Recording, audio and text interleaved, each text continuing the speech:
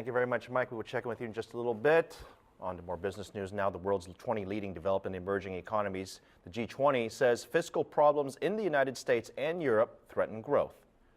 Finance ministers and central bankers met in Mexico, and they vow to do everything necessary to strengthen the world economy, create jobs, and make financial markets less volatile.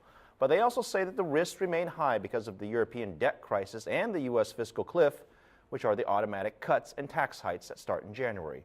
Franc Contreras reports. 1 year in 9 years, our growth has dipped to 5.5%.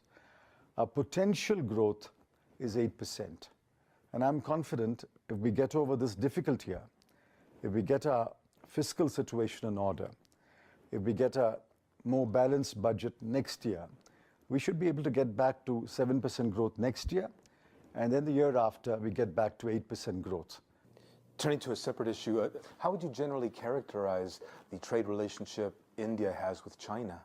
India-China trade has grown at a very rapid pace. We are happy that despite some other problems that we have, trade relations are very sound and they are growing.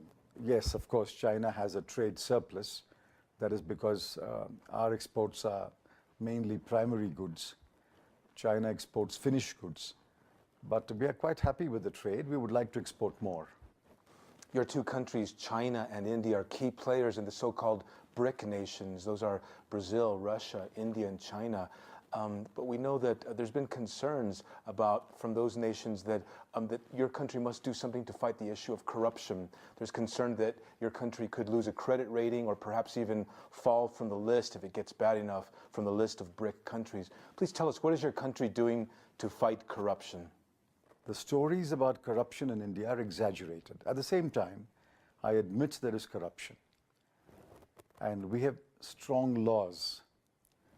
Our problem is in enforcing those laws.